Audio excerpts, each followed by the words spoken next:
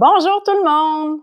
Pour compléter le thème de la motivation, je vous propose 3 réflexions à faire avec vos enfants pour les aider à bien la comprendre et surtout l'augmenter.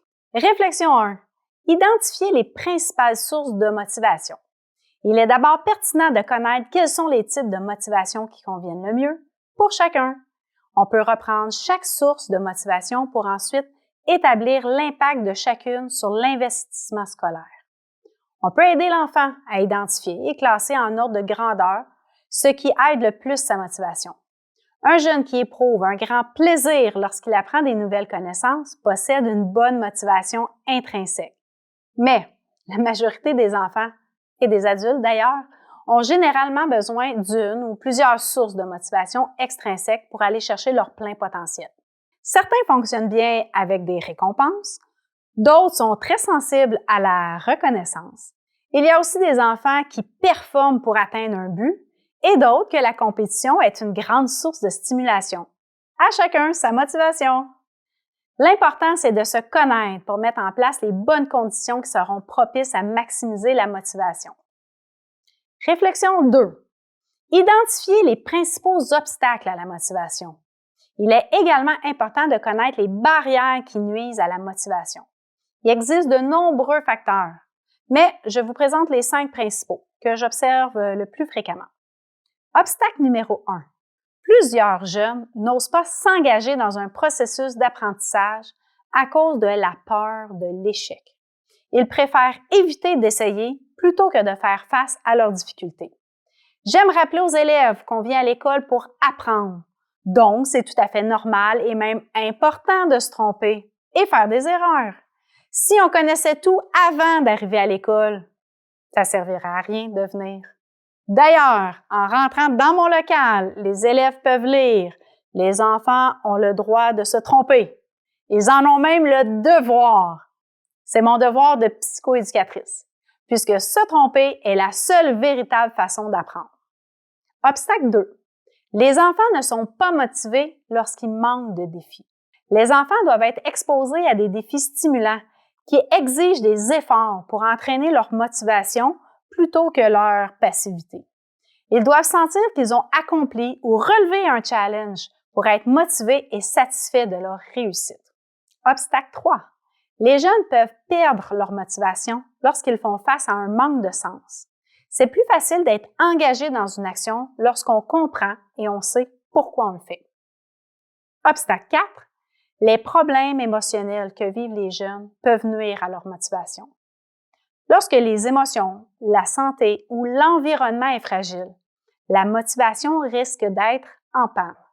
Les enfants doivent être en équilibre émotionnel pour être disponibles et motivés par leurs apprentissages. Obstacle numéro 5.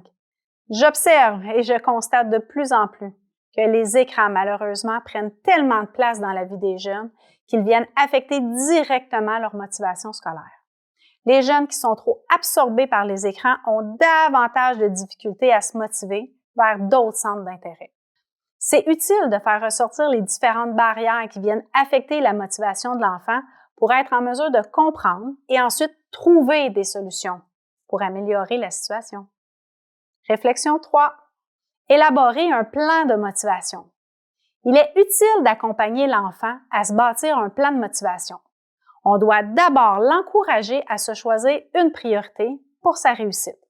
On peut ensuite lui demander de se visualiser dans cette situation motivante d'accomplissement. C'est aussi important de l'aider à se fixer un objectif réaliste et surtout de le diviser en petites étapes. Plusieurs petits succès à réaliser. Par exemple, un jeune pourrait vouloir être plus motivé à améliorer sa lecture. Il pourrait visualiser de terminer un roman en se fixant un temps raisonnable, comme dans 3 semaines. Finalement, il devrait diviser chacune de ses soirées avec un nombre de pages de lecture à compléter pour arriver à des petits succès. Il est finalement profitable de mettre le plan de motivation par écrit ou de l'illustrer en images. L'important, c'est de l'afficher dans la maison pour qu'il représente un engagement. Se faire un plan est un exercice motivant pour la réussite lorsque les objectifs sont réalistes et divisés en étapes. La réussite d'un plan de motivation a des effets bénéfiques sur le sentiment de compétence, sur l'estime et le désir de poursuivre les efforts vers la réussite. En résumé, ces 3 réflexions permettent d'abord d'identifier les motivations de l'enfant, le plaisir, la récompense, la reconnaissance, le but, la compétition. Ensuite, de clarifier les obstacles qui nuisent à sa motivation, la peur de l'échec, le manque de défis, le manque de sens, les problèmes émotionnels et les écrans. Et finalement, de faire un plan qui soit concret, réaliste et en étapes pour bâtir une motivation scolaire. La motivation est un facteur important dans la réussite des élèves et même dans la qualité de vie des adultes. Un élève qui n'a pas des bons résultats scolaires, mais qui ressent une grande motivation, va être en mesure de s'accomplir davantage dans ses études que l'élève qui n'est pas motivé malgré ses bons résultats scolaires. C'est précieux de découvrir nos motivations. C'est même un facteur de protection. Partons à la recherche de nos motivations, de nos passions, de nos sources d'inspiration et de stimulation. Les obstacles et les défis de la vie deviennent plus faciles à surmonter lorsque nous sommes guidés par nos motivations. C'est une énergie dynamique et positive qui permet d'avancer avec optimisme. Merci beaucoup et au plaisir de se retrouver bientôt.